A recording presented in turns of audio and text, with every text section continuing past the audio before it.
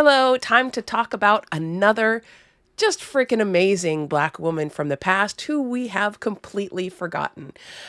Today we're going to be talking about Fannie Jackson Coppin. And let's start with something that she said. She said, "We do not ask that any one of our people shall be put into a position because he is a colored person, but we do most emphatically ask that he shall not be kept out of a position because he is a colored person." Fannie was born enslaved in Washington, D.C. in 1837.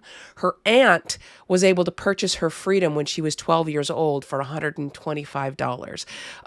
She then moved to Rhode Island. She worked as a domestic servant there, and every penny that she had extra was spent on hiring a tutor to teach her how to read, how to write, educate her in the classics. The African Methodist Church eventually gave her a scholarship when she was able to attend Oberlin College in Ohio. Every woman at that point was put into what was known as the ladies' course. So I want to read you something from Fannie's autobiography. She talked about them trying to force her into the ladies' course of study. She said, "The faculty did not forbid a woman to take the gentleman's course, but they didn't advise it. There was plenty of Latin and Greek in it and as much mathematics as one could shoulder. Now I took a long breath and prepared for a delightful contest. All went smoothly until I was in the junior year in college. Then the faculty sent for me, an ominous request, and I was not slow in obeying it. It was a custom in Oberlin that 40 students from the junior and senior classes were employed to teach the preparatory classes. As it was now time for the juniors to begin their work, the faculty informed me that it was their purpose to give me a class, but I was to distinctly understand that if the pupils rebelled against my teaching, they didn't intend to force it.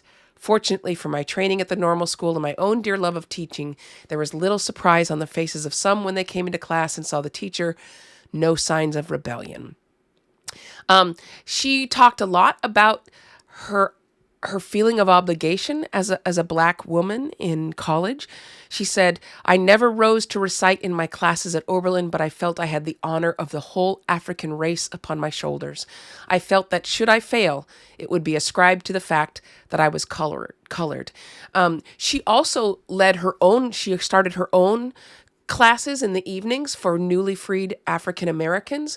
She was the first Black teacher of any gender at Oberlin Academy. She got her bachelor's degree in 1865, one of only 3 Black women to earn a degree at that point. She then went to work at the Institute for Colored Youth in Philadelphia. She eventually became the principal of the ladies department. She taught Greek, Latin, and math. In 1869, she was named the principal of the entire institute, meaning she was the first Black female school principal in the United States. She was there at the Institute for 37 years. She made some incredible changes while she was there. She also became the first Black school district superintendent in the U.S., the first of any gender.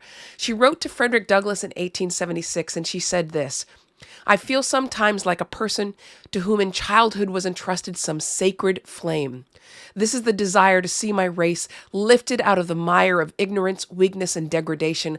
I want to see my race crowned with strength and dignity, adorned with the enduring grace of intellectual attainments." Later in her life, she went to South Africa with her husband as a missionary, helped found the Bethel Institute there.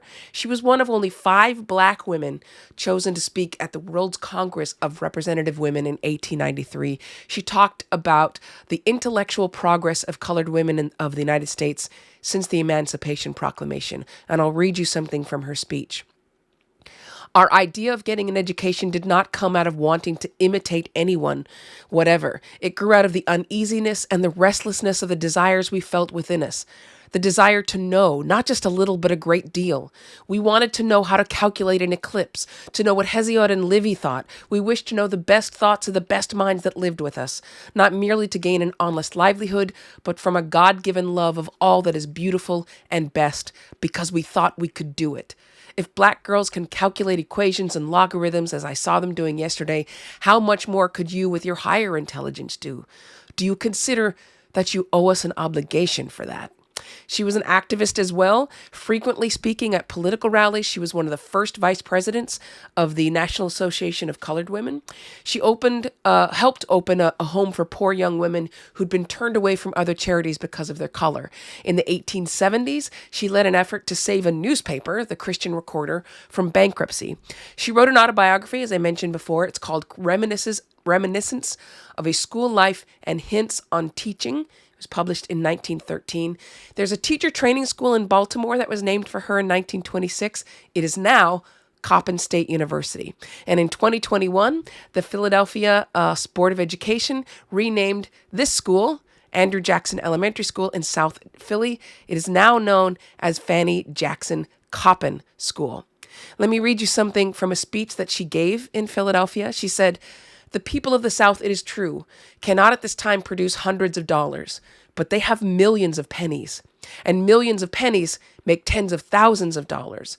By clubbing together and lumping their pennies, a fund might be raised in the cities of the South that the poorer classes might fall back upon when their crops are growing, or else by the opening of cooperative stores become their own creditors, and so effectively rid themselves of their merciless extortioners. Oh, they won't do anything. You can't get them united on anything," is frequently expressed. The best way for a man to prove that he can do a thing is to do it. And that is what we have shown that we can do. Fannie Jackson Coppin, like all the other women we've been talking about this month, just a badass. Have a wonderful day. And as always, please be kind.